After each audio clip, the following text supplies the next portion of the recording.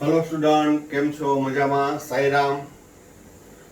હવે chapter number 10 માં આપણે હવે છેલ્લો પોઈન્ટ ભણીએ છીએ, પોલીહેલો સંયોજન. તો પોલીહેલો સંયોજન એટલે શું? પોલી એટલે બહુ, તો એક કરતા વધુ હેલોજન ધરાવતા સંયોજનને શું કહેવામાં આવે છે? પોલીહેલો સંયોજન કહે છે. એટલે કે મિથિલિન ડાયક્લોરાઇડ, ક્લોરોફોર્મ, કાર્બન ટેટ્રાક્લોરાઇડ વગેરે છે એને પોલીહેલો સંયોજન કહેવાય. તો એમાં પેલું ડાયક્લોરોમિથેન, મિથિલિન ડાયક્લોરાઇડ, સૂત્ર થશે CH2Cl2. હવે આમાં થિયરી જ છે, તો એ બે માર્કની થિયરીમાં પૂછાઈ શકે અથવા તો MCQ માં સેટ કરે. તો ડાયક્લોરોમિથેન એનો ઉપયોગ ક્યાં થાય? અહીં બનાવટ કે નથી આપી? જૂના કોર્સમાં બનાવટ આવતી, પણ નવા કોર્સની અંદર NCERT માં બનાવટ આપી નથી. ફક્ત થિયરિકલ જ યાદ રાખવાનું છે. તેનો ઉપયોગ દ્રાવક તરીકે, રંગ દૂર કરનાર એટલે વિરંજક તરીકે પણ એનો ઉપયોગ થાય છે. આ ઉપરાંત વાયુ વિનિમય નોદક તરીકે. વાયુ વિલય એટલે શું? તો એને કહેવાય એરોસોલ. કોઈ પણ સ્પ્રે હોય ને, સ્પ્રે જેમાં ગેસ હોય, બરોબર, એના હવામાં આપણે સ્પ્રે કરીએ તો એને કહેવાય એરોસોલ. પ્રવાહીનું વાયુમાં વિલયન કહેવાય. એ કલીલ ચેપ્ટર નંબર 5 ભણશું ને ત્યારે આવશે. પણ અત્યારે વાયુ વિલયમાં નોદક તરીકે, નોદક એટલે પ્રોપેલન્ટ, ધક્કો મારનાર. કોઈ પણ સ્પ્રે ની બોટલ ની અંદર છે લિક્વિડ હોય, તો લિક્વિડ છે આપણે આમ પ્રેસ કરીએ, પુશ બટન કરીએ તો એકદમ ફોર્સ થી બહાર આવે. તો શા માટે બહાર આવે? તો એની અંદર મિથિલિન ડાયક્લોરાઇડ ભરેલું હોય છે, જે સ્પ્રે જે મુખ્ય ઘટક છે સુગંધીદાર પદાર્થ એને ધક્કો મારે. પ્રોપેલન્સ એટલે ધક્કો મારનાર, દબાણ આપનાર, એ નોદક તરીકે. આ ઉપરાંત ઔષધોમાં એ પ્રક્રમ દ્રાવક તરીકે, એટલે ઔષધોની બનાવટ હોય ને ત્યાં એ દ્રાવક તરીકે ઉપયોગી છે. આ ઉપરાંત ધાતુની સફાઈમાં, કાચી ધાતુમાં નિષ્કર્ષણમાં દ્રાવક તરીકે પણ એનો ઉપયોગ થાય છે. આ એટલા માટે ડિસ્કશન કરું છું કે પોલીહેલો સંયોજનો ઘણા બધા છે. એ દરેકના ઉપયોગ એ થિયરિકલ MCQ ના રૂપે પૂછાઈ શકે, એટલે યાદ કરીને દરેક વસ્તુ લખવાની. હવે એની આડઅસર શું અથવા નુકસાન શું થાય? તો કે ચેતાતંત્રને જે નુકસાન કરે. જો એનું થોડું પ્રમાણ હોય તો આંખ અને કાનને પણ નુકસાન કરે. એટલે કે જોવામાં, દ્રશ્ય અને શ્રવણ ક્ષમતા ઘટાડે છે. કોણ? મિથિલિન ડાયક્લોરાઇડ. જો વધુ પ્રમાણ હોય તો ચક્કર આવવા, ઉલટી થવી, હાથ પગમાં ધ્રુજારી થવી, નમનેસ આવવી, થોડુંક લકવા જેવું લાગે, એટલે કે જડતા, ઇનર્ટનેસ આવવી. ચામડીના સંપર્કમાં આવે તો ચામડીમાં એકદમ બળતરા થાય, ચામડી છે લાલ રંગની થઈ જાય. અને આંખના સીધા સંપર્કમાં આવે તો કોર્નિયા, પારદર્શક પટલ, એને નુકસાન પહોંચાડે છે. તો આ એની થઈ આડઅસર. જ્યારે બનાવટ મેં ખાલી નોલેજ માટે, જાણકારી માટે આપી છે કે મિથેનનું ક્રમશઃ ક્લોરિનેશન કરો તો પહેલા તબક્કામાં મિથાઇલ ક્લોરાઇડ બને અને બીજા તબક્કામાં મિથિલિન ડાયક્લોરાઇડ. અથવા ક્લોરોફોર્મ CHCl3 નું ઝિંક અને HCl વડે રિડક્શન કરો તો એક હાઇડ્રોજન દાખલ થશે, એક HCl દૂર થશે. પણ માધ્યમ HCl હોવાથી અહીં જરૂર છે નહીં દૂર કરવાની. પણ શું? રિડક્શનમાં હાઇડ્રોજન ઉમેરાય, ક્લોરીન દૂર થાય, એટલે બનશે CH2Cl. તો આ મિથિલિન ડાયક્લોરાઇડ છે એ બોર્ડમાં અને ગુસ્સેટ લેવલે ક્વેશ્ચન પૂછાઈ શકે. બરોબર? એવી રીતે બીજું લઈ લઈએ, ટ્રાય આયોડોમિથેન. આયોડોફોર્મ કહેવાય એને. જેમ ક્લોરોફોર્મ છે એ પણ હમણાં જ આવશે. ક્લોરોફોર્મ એટલે CHCl3, જ્યારે આયોડોફોર્મ એટલે CHI3. તો એનો ઉપયોગ જીવાણુનાશી તરીકે, ડિસઇન્ફેક્ટન્ટ માટે. આ ગુણધર્મ એ એના બંધારણને લીધે નથી, પણ તેમાંથી મુક્ત થતા આયોડીનને લીધે છે. થિયરિકલ એમસીક્યુ કે ક્લોરોફોર્મનો જીવાણુનાશક ગુણધર્મ કેને કારણે છે? આયોડોફોર્મનો. તો આયોડોફોર્મ છે એનો જીવાણુનાશક ગુણધર્મ છે એ તેમાંથી મુક્ત થતા આયોડીનને લીધે છે. એ CH3 ના બંધારણને લીધે નથી. અને વધુમાં એ ખરાબ વાસને કારણે હાલમાં તેના સ્થાને અન્ય આયોડીન યુક્ત કાર્બનિક પદાર્થો છે એનો ઉપયોગ કરવામાં આવે છે. એટલે કે આયોડોફોર્મ વપરાય છે, પણ ખરાબ વાસને લીધે અન્ય આયોડીન યુક્ત સંયોજનો છે એનો વપરાશ થાય છે. એની પણ બનાવટ, પણ આ બનાવટ છે એ તમારે 11મા ચેપ્ટરમાં અને 12મા ચેપ્ટરમાં પણ કામ આવશે. કારણ કે ઇથેનોલની જ્યારે સોડિયમ કાર્બોનેટ એટલે બેઝિક માધ્યમમાં વધુ આયોડીન સાથે પ્રક્રિયા કરતા આયોડોફોર્મ બને અને સોડિયમ ફોર્મેટ દૂર થાય. આ ઉપરાંત કાર્બન ડાયોક્સાઇડ ને પાણી. પણ અહીં આપણે બનાવટના સંદર્ભમાં સમજ્યા. જ્યારે 11મા અને 12મા ચેપ્ટરમાં હું તમને આયોડોફોર્મ કસોટીના સંદર્ભમાં સમજાવીશ. બરાબર? તો આ અત્યારે નોલેજમાં રાખજો. બનાવટનું નથી આવતું, પણ એ સમીકરણ તમારે ચેપ્ટર નંબર 11 અને 12 માં આવી જશે.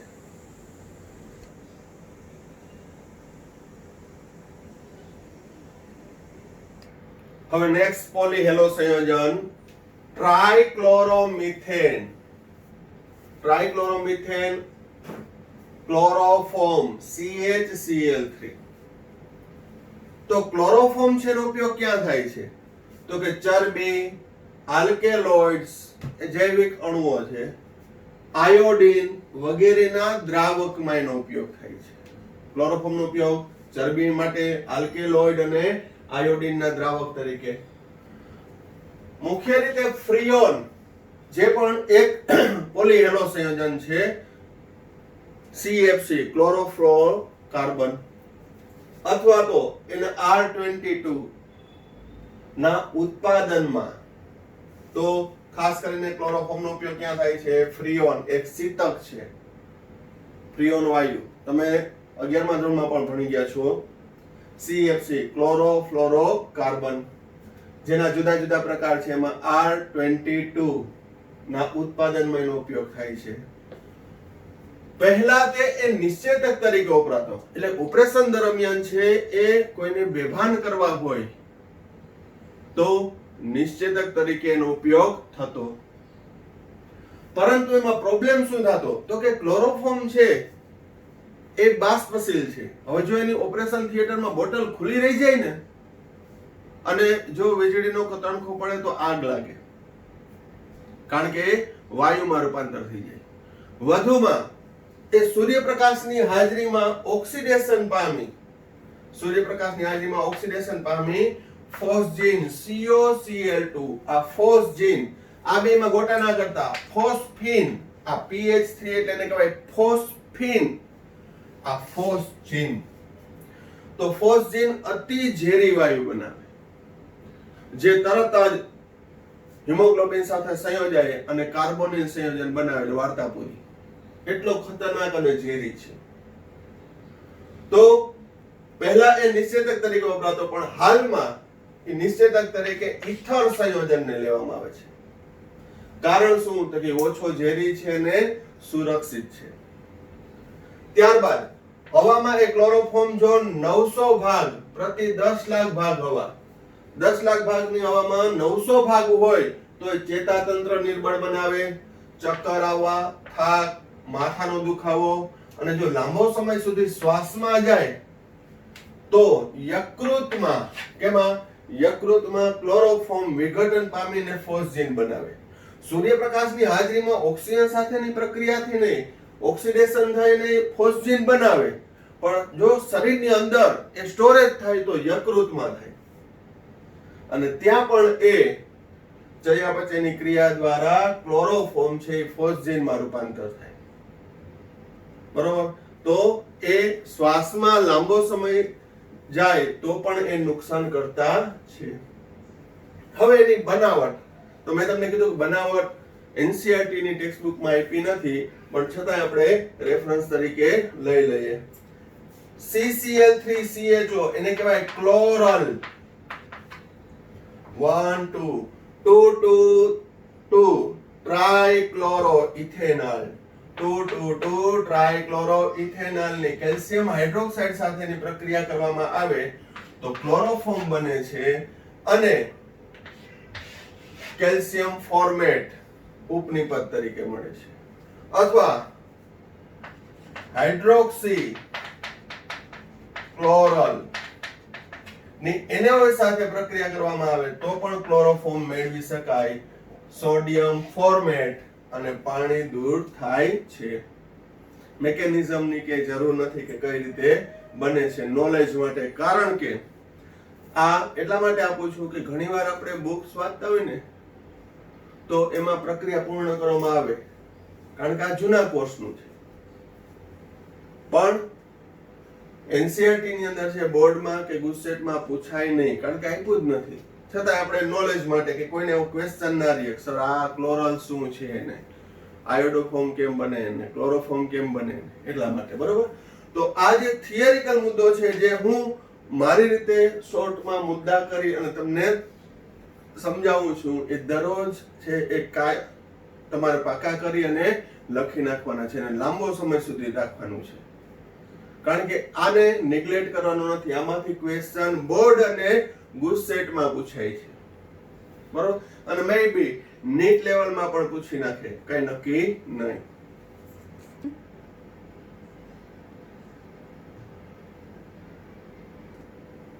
હવે નેક્સ્ટ પોલીહેલો સંયોજન ટેટ્રાક્લોરોમિથેન CCl4 કાર્બન ટેટ્રાક્લોરાઇડ. તો કાર્બન ટેટ્રાક્લોરાઇડ નો ઉપયોગ પ્રશીતક બનાવવા માટે, આ ઉપરાંત નોદકના ઉત્પાદનમાં, નોદક એટલે પ્રોપેલન્ટ જે અન્ય પ્રવાહીને ધક્કો મારે એને નોદક કહેવાય, એ નોદકના ઉત્પાદનમાં CCl4 નો ઉપયોગ થાય. અને ખાસ કરીને ક્લોરોફ્લોરોકાર્બન બનાવવા માટે ઉપયોગી છે. આ ઉપરાંત વિરંજક તરીકે એટલે કે રંગ દૂર કરનાર અને અગ્નિશામક તરીકે આગ ઓલવનાર. ક્લોરોફોર્મ છે એ દહનશીલ હતો, એ આગ લગાડે, જ્યારે CCl4 એ આગ બુઝાવશે. અને વ્યાપારી ધોરણે એ પાયરીન તરીકે ઓળખાય છે. કેના તરીકે ઓળખાય છે? પાયરીન તરીકે.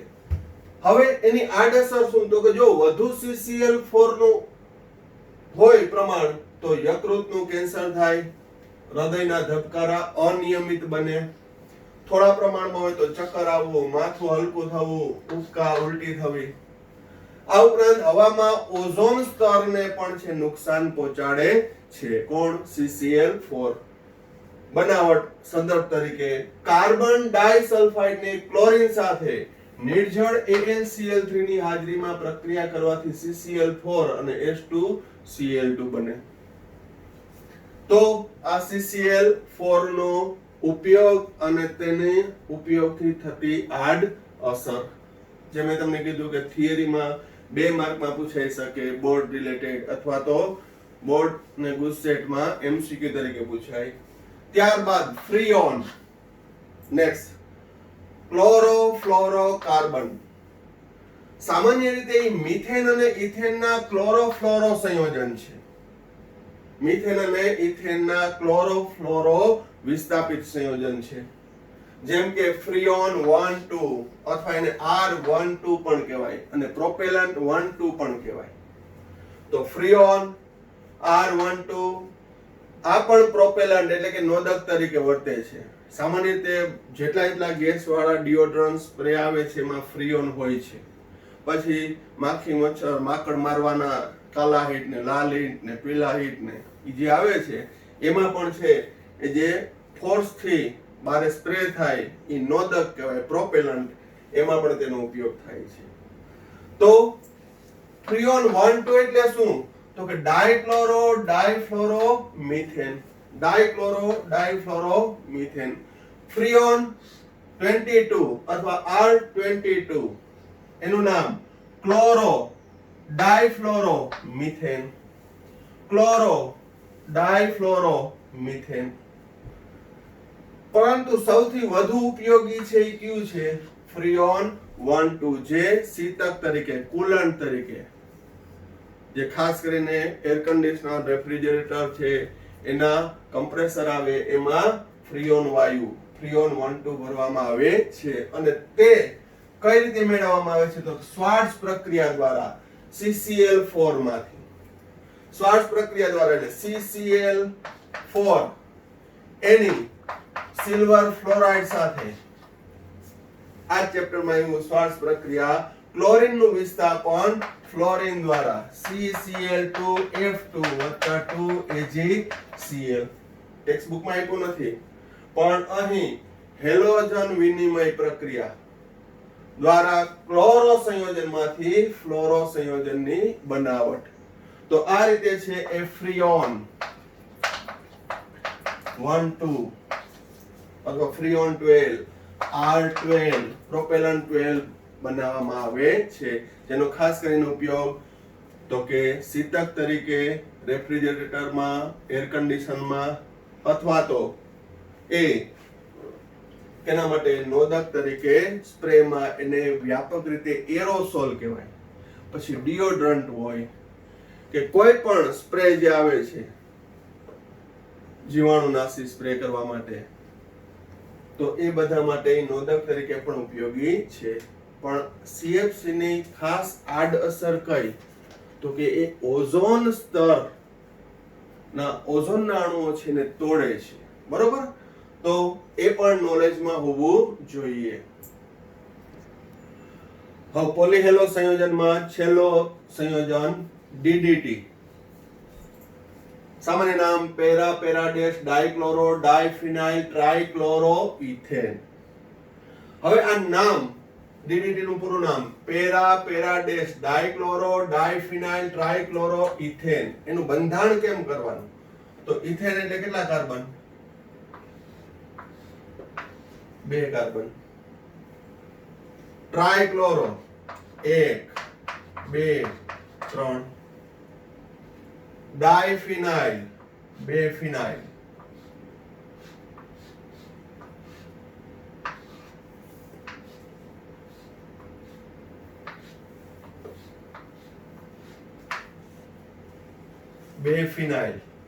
પેરા પેરાડેસ પેરા પેરાડેસ ડાઇક્લોરો ઇથેન એટલે 2 કાર્બન ટ્રાઇક્લોરો ડાયફિનાઇલ પેરા પેરાડેસ ડાઇક્લોરો આ એક સંયોજકતા ખાલી એટલે કે હાઇડ્રોજન તો DDT નું બંધારણ હવે આનું IUPAC નામ શું થાય 1 ને 2 જોજો 1 1 1 ટ્રાઇક્લોરો 2 2 બીસ અહીં ડાય નહીં લખવાનું શું લખવાનું બીસ બીસ એટલે 2 કૌંસમાં શું છે 1 2 3 4 1 2 3 4 4 ક્લોરો ફિનાઇલ મૂળ સંયોજન ઇથેન હવે એનું અર્થઘટન જોઈએ ઇથેન ઇથેન એટલે 2 કાર્બન ઇથેનના પહેલા કાર્બન ઉપર 3 ક્લોરીન છે 1 1 1 ટ્રાઇક્લોરો 3 ક્લોરીન છે 2 2 એટલે બીજા ઉપર 20 એટલે 2 શું છે 4 ક્લોરોફિનાઇલ 4 ક્લોરોફિનાઇલ તો ઇથેનના પહેલા ઉપર 3 ક્લોરીન અને બીજા કાર્બન ઉપર 2 4 ક્લોરોફિનાઇલ વિસ્થાપિત છે તો આ થયું DDT નું બંધારણ DDT છે એની શોધ 1931 માં સ્વિટ્ઝરલેન્ડના ગેગી ઔષધાલયમાં પોલ મુલરે કરી હતી તે ખાસ કરીને મેલેરિયા ટાઇફોઇડ ફેલાવનાર મચ્છરોના નાશ માટે થાય છે પરંતુ સામાન્ય જીવસૃષ્ટિ માટે એ ઝેરી સાબિત થયું જેમ કે પાણીમાં અદ્રાવ્ય છે એટલે કે જો એ પાણીમાં જાય તો માછલીઓ છે એને નુકસાન પહોંચાડે છે જમીનની અંદર પણ અદ્રાવ્ય સ્વરૂપે રહે છે જે સામાન્ય રીતે પ્રાણીઓ છે એના શરીરમાં આવે જે નુકસાનકારક છે કાર્સિનોજન છે એટલે એને 1973 માંથી પ્રતિબંધ લાગુ પાડવામાં આવ્યો હતો કેના દ્વારા સંયુક્ત રાષ્ટ્ર દ્વારા પરંતુ એનાથી વધુ અસરકારક છે BHC, બેન્ઝીન હેક્સાક્લોરાઇડ. કેનો ઉપયોગ કર્યો તો? બેન્ઝીન હેક્સાક્લોરાઇડ, જે DDT કરતા અનેક ગણો જીવાણુનાશી છે. હવે આ ક્વેશ્ચન માંથી મને કે દિવસનો ઇન્સ્ટન્ટ ક્વેશ્ચન નથી પૂછ્યો એટલે પૂછું છું. DDT એનું પૂરું નામ પણ આપી દીધું, એનું IUPAC નામ પણ આપી દીધું. પણ DDT માં સિગ્મા બંધની સંખ્યા, પાઈ બંધની સંખ્યા, CH બંધની સંખ્યા અને CCl બંધની સંખ્યા મને તમારે જણાવવાની છે. પછી કોમેન્ટ બોક્સમાં લખો કે પછી પર્સનલ WhatsApp કરો. શું DDT માં સિગ્મા બંધ, પાઈ બંધ, CH બંધ કેટલા છે અને CCl બંધ કેટલા છે, એ ખાસ બધાએ જવાબ આપવાનો છે. બંધારણ તમારી સામે છે. હવે ચેપ્ટર નંબર 10 છે ને, એ સંપૂર્ણ પ્રસ્તાવનાથી લઈ અને અંત સુધી છે એના દરેક ટોપિક છે એના ચર્ચા કરી, એ આપણે પૂરું કર્યું. કેટલાક સ્વાધ્યાયના, કેટલાક લખાણ સંબંધિત એના ક્વેશ્ચન પણ આપણે જોયા. હજી પણ કેટલાક સ્વાધ્યાયના પ્રશ્નો જે બાકી છે એની ચર્ચા કરીશ. પરંતુ સાથે સાથે તમારે પણ પ્રયત્ન કરવાના. ઘણા વિદ્યાર્થી છે એ સ્વાધ્યાયના પ્રશ્નો સ્વ પ્રયત્ન કરે છે અને થોડો ઘણો ડાઉટ હોય તો મને પૂછે છે. બરોબર, હું મારી રીતે તો દરેક મુદ્દાઓ કરાવીશ, પણ થોડુંક તમારે છે એ એક્ટિવ થઈ, સક્રિય થઈ અને પ્રયત્ન કરવાનો. કારણ કે સ્વાધ્યાયના જે પ્રશ્નો છે એકચ્યુઅલી આગળના ટોપિકમાં આવી ગયા હોય એવા જ હોય. અમુક એક્સ્ટ્રા પ્રક્રિયા આપી હોય કે જે આગળના ચેપ્ટરમાં આવતી હોય, તો એ બધું મારી ઉપર છોડી દો. બરોબર, પણ પ્રયત્ન કરવાના. હવે સ્વાધ્યાયનો 10.16 SN2 નો ક્રમ. તો SN1 SN2 આપણે સારી રીતે ભણી ગયા છીએ. કઈ રીતે થાય છે, એનો સિક્વન્સ શું છે, એ બધું ભણી ગયા. અહીં આપ્યું છે 2 bromo 2 methyl butane 1 bromo pentane 2 bromo pentane. તો એના બંધારણ આવડવા જોઈએ. CH3 CH2 CH2 CH3 butane, 2 bromo અને 2 મિથાઇલ.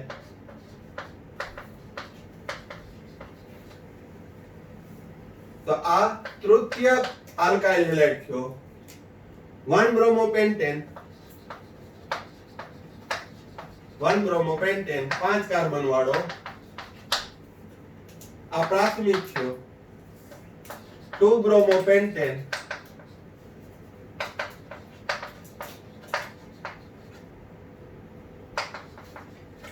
આ દ્વિતીયક થયો. તો SN2 નો ક્રમ શું હતો? SN2 નો તો કે પ્રાથમિક, દ્વિતીયક અને તૃતીયક. તો અહીંયા શું આવશે? 1 bromo pentane greater than 2 bromo pentane greater than 2 bromo 2 methyl butane. તો નામ ઉપરથી બંધારણ કેમ લખવા એ પણ શીખડાવ્યું છે. SN2 પ્રક્રિયાનો ક્રમ પ્રાથમિક, દ્વિતીયક અને તૃતીયક. પ્રાથમિક આલ્કાઇલ હેલાઇડમાં સરળ, દ્વિતીયકમાં મુશ્કેલ, તૃતીયકમાં વધુ મુશ્કેલ. તો એ થઈ શકે, પણ પ્રયત્ન કરવાનો, જોવાનું કે આપણે જે ભણ્યા છે એમાંથી સ્વાધ્યાયના કયા ક્વેશ્ચન છે. બીજું ઉદાહરણ છે 1 bromo 3 methyl butane 2 bromo 2 methyl butane 2 bromo 3 methyl butane. તો અહીં 1 બ્રોમો 3 મિથાઇલ એટલે અહીં બંધારણ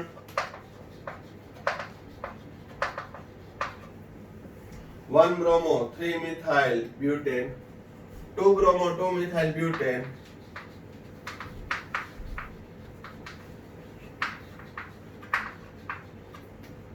2 બ્રોમો 3 મિથાઇલ કહું 2 બ્રોમો બ્યુટેન. તો આ પ્રાથમિક થયું, આ તૃતીયક થયું, આ દ્વિતીયક. આ કયું છે? પ્રાથમિક. આ તૃતીયક, આ દ્વિતીયક. તો એનો ક્રમ કયો આવશે? એક, પહેલું, ત્રીજું અને બીજું બંધારણ. એટલે કે પહેલું કયું આવશે? 1 bromo 3 methyl butane greater than 2 bromo 3 methyl butane greater than 2 bromo 2 methyl butane. એવી રીતે ત્રીજામાં 1 બ્રોમો બ્યુટેન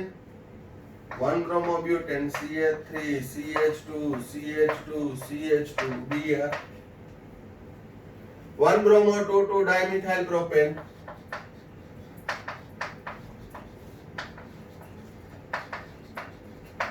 એટલે કે નિયોપેન્ટાઇલ બ્રોમાઇડ છે. બંધારણ આવડવા જોઈએ, બરોબર. ડાયરેક્ટ ના લખી શકો તો સ્ટ્રક્ચર આપવાનું. પ્રોપેન એટલે 3, બીજા ઉપર 2 મિથાઇલ, પેલા ઉપર બ્રોમિન. 1 બ્રોમો 2 મિથાઇલ બ્યુટેન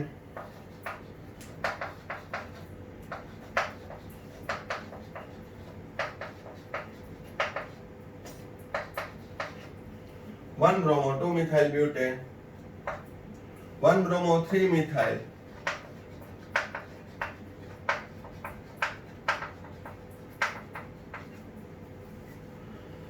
હવે અહીંયા પ્રાથમિક છે, આ પ્રાથમિક છે, આ એ પ્રાથમિક છે, આ એ પ્રાથમિક છે,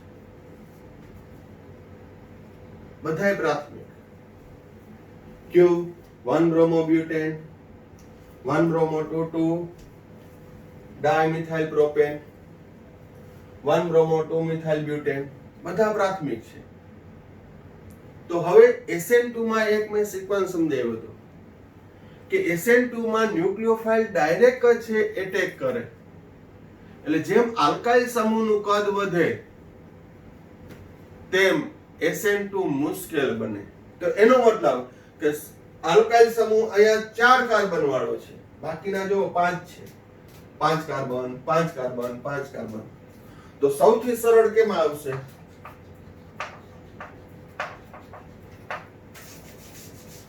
1 bromo butane greater than.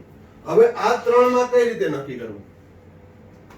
તો અહીં જોવો, અહીં બીજા ઉપર 3 મિથાઇલ છે, અહીં બીજા ઉપર એક જ મિથાઇલ છે, અહીંયા બીજા ઉપર 3 મિથાઇલ છે, અથવા તો અહીં 2 મિથાઇલ, અહીં બીજા ઉપર 1 મિથાઇલ છે, અહીં 1 2 3 4 1 2 3 4 1 2 3. તો અહીં અવકાશી અવરોધ સૌથી વધુ છે આ બંધારણમાં. કયું બંધારણ છે? 1 bromo 2 dimethyl propane. તો હવે આ બેની વાત કરો. આનું નામ શું છે? 1 bromo 2 methyl 1 bromo 3 methyl butane. તો અવકાશીય અવરોધ 3 માં ઓછો લાગશે કે 2 માં? અવકાશી અવરોધ 3 માં, કારણ કે મિથાઇલ સમૂહ થોડો દૂર છે, મિથાઇલ સમૂહ દૂર છે, એટલે શું આવશે? 1 bromo 3 methyl butane એની SN2 પ્રક્રિયાની સક્રિયતા વધુ. પછી આવશે 1 bromo 2 methyl butane અને સૌથી ઓછી કે નહીં 1 bromo 2 dimethyl butane. તો આ કન્સેપ્ટ લગાવવાનો કે અવકાશી અવરોધ કેમાં ઓછો હશે? તો અવકાશી અવરોધ સૌથી ઓછો હશે 1 bromo butane, કારણ કે આલ્કાઇલ સમૂહનું કદ નાનું છે. તો હવે બાકીના આલ્કાઇલ સમૂહ જોવો તો 5 કાર્બન વાળા છે. તો 5 કાર્બન વાળા હોય તો શું કન્સેપ્ટ લગાડવાનો? પ્રાથમિક પ્રાથમિક પ્રાથમિક. તો અહીં મિથાઇલ સમૂહ છે એ દૂર છે, દૂર છે, અવકાશી અવરોધ ઓછો, SN2 સરળ. અહીંયા થોડો નજીક છે 1 મિથાઇલ, અહીંયા 2 મિથાઇલ છે, એટલે અહીં શાખા જેમ વધુ અને નજીક તેમ અવકાશી અવરોધ વધુ. બરાબર. તો આ રીતે કોઈ પણ તમે સ્વાધ્યાયના ક્વેશ્ચન છે એ સોલ્વ કરી શકો, પછી થિયરિકલ હોય કે પ્રક્રિયા પૂર્ણ કરવાના હોય. બરાબર. આપણે કેટલા સ્વાધ્યાયના પ્રશ્નો ચર્ચા કરશું હજી. હવે સ્વાધ્યાયનો 21મો સ્વાધ્યાયનો 21મો છે એક કોમ્પિટિટિવ લેવલનો છે ક્વેશ્ચન કહી શકાય. એકદમ સરળ છે. આપણે શોર્ટકટની રીતે અને લોંગ કટ બંને પ્રક્રિયા લખશું. પ્રાથમિક C4H9Br એટલે પ્રાથમિક આલ્કાઇલ હેલાઇડ કયું છે? C4H9Br. હવે એની કેઓય સાથેની પ્રક્રિયાથી B મળે. B ની HBr સાથેની પ્રક્રિયાથી C મળે. C છે એ A નો સમઘટક છે. C છે એ A નો સમઘટક છે. જ્યારે A ની સોડિયમ સાથેની પ્રક્રિયાથી ઓક્ટેન મળે C8H18 જે નોર્મલ બ્યુટાઇલ બ્રોમાઇડ ની સોડિયમ સાથેની પ્રક્રિયાથી અલગ છે. જે નોર્મલ બ્યુટાઇલ બ્રોમાઇડ ની સોડિયમ સાથેની પ્રક્રિયાથી અલગ છે તો એ જણાવો. બરોબર. તો હવે પહેલા જોજો અહીંયા C4H9 ના શક્ય સમઘટક CH3 CH2 CH2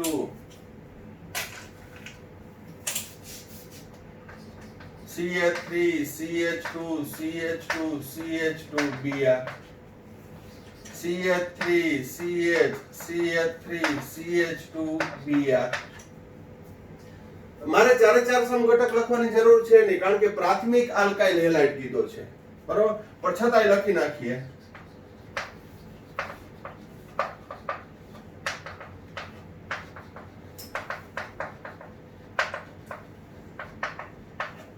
આ એટલા માટે લખ્યા કે પ્રાથમિક ના કીધો હોય તો બરોબર. અહીંયા તો કહી દીધો પ્રાથમિક આલ્કાઇલ હેલાઇડ એટલે આ બે સંયોજનની જ વાત થાય. પ્રાથમિક આલ્કાઇલ હેલાઇડ એ સંયોજન એ છે શું હોઈ શકે તો કે બંધારણ એકે હોઈ શકે અને બંધારણ બે હોઈ શકે. બંધારણ એક એટલે નોર્મલ બ્યુટાઇલ બ્રોમાઇડ અને બંધારણ બે એટલે આઇસો બ્યુટાઇલ બ્રોમાઇડ. હવે જોજો અહીંયા મારે 1 મિનિટમાં જવાબ આપવો હોય તો શું? તો પહેલા તો C4H9Br ના પ્રાથમિક સમઘટકો કેટલા? તો કે 2 નોર્મલ બ્યુટાઇલ અને આઇસો બ્યુટાઇલ બે પ્રાથમિક છે. આ દ્વિતીયક છે અને આ તૃતીયક છે. હવે છેલ્લી લીટી વાંચો. નોર્મલ બ્યુટાઇલ બ્રોમાઇડ ની સોડિયમ સાથેની પ્રક્રિયાથી અલગ નિપજ આપે એ છે. એનો મતલબ એક તો નોર્મલ બ્યુટાઇલ બ્રોમાઇડ થયો એનાથી અલગ નિપજ કોણ આપશે? Iso butyl bromide. તો અહીંયા મને જવાબ મળી જાય એ છે ને એ આઇસો બ્યુટાઇલ બ્રોમાઇડ છે.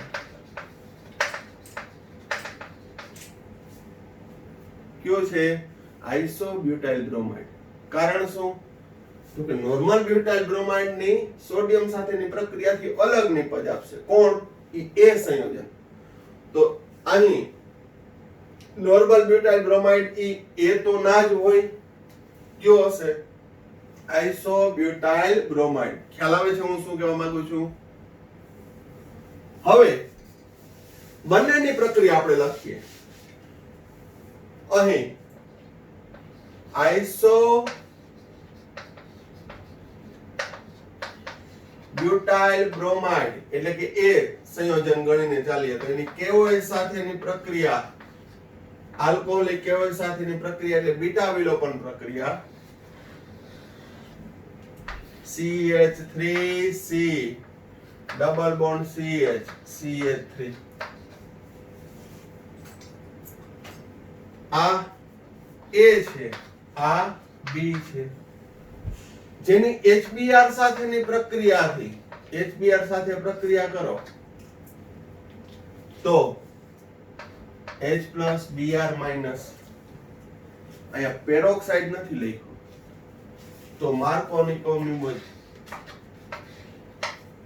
શું મળશે? CH3CBr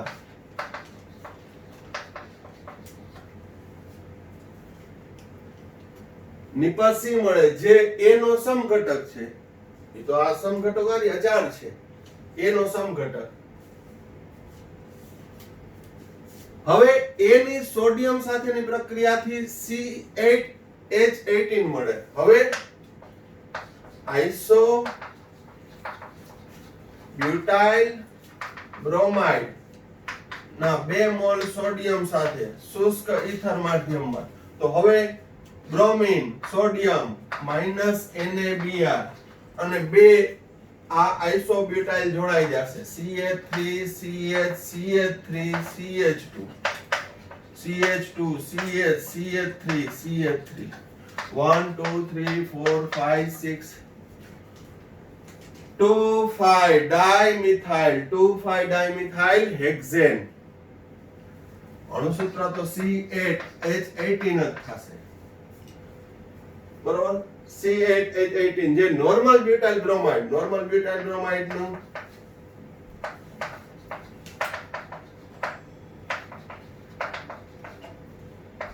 બે મોલ સોડિયમ, તો બે બ્યુટાઇલ જોડાઈ જાય CH3 CH2 6 નોર્મલ ઓક્ટેન મળે.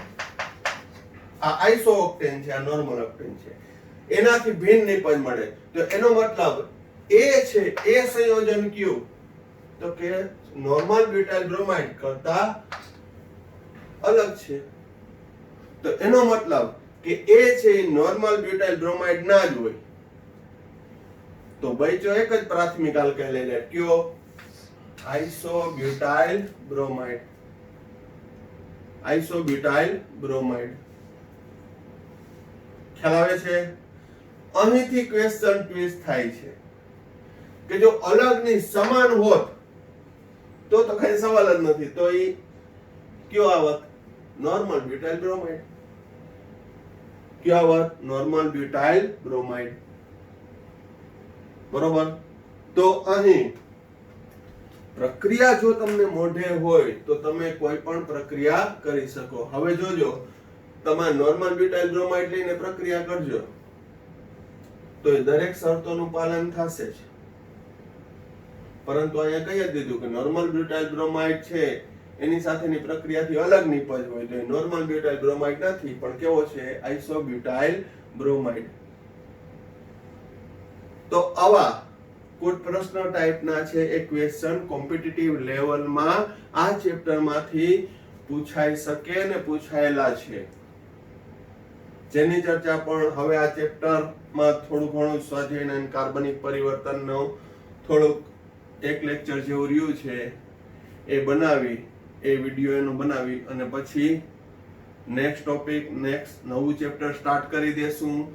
મીનવાઇલ આ ચેપ્ટરના કોમ્પિટિટિવ લેવલના ક્વેશ્ચનનું પણ ડિસ્કશન, કારણ કે આપણે બીજા ચેપ્ટરનું કર્યું, ત્રીજા ચેપ્ટરનું કર્યું છે, કોમ્પિટિટિવ લેવલમાં કેવા પ્રશ્નો પૂછાયેલા છે, તો આ ચેપ્ટરના પણ આપણે જે ક્વેશ્ચન પૂછાયેલા છે, પૂછાઈ શકે એનો પણ અલગથી એક JEE નીટ માટેના વિડિયોઝ બનાવશું. તો આ ટોપિકમાં આપણે અહીંયા સુધી રાખીએ છીએ. હજી આ ચેપ્ટરનો સ્વાધ્યાયના કેટલાક પ્રશ્નો, કાર્બનિક પરિવર્તન, એક્સ્ટ્રા પ્રક્રિયાનો એક વિડિયો બનાવીશ અને પછી નવું ચેપ્ટર સ્ટાર્ટ કરી દઈશ અને પછી સાથે સાથે આ ચેપ્ટરના કોમ્પિટિટિવ લેવલના ક્વેશ્ચનની પણ ચર્ચા કરશું.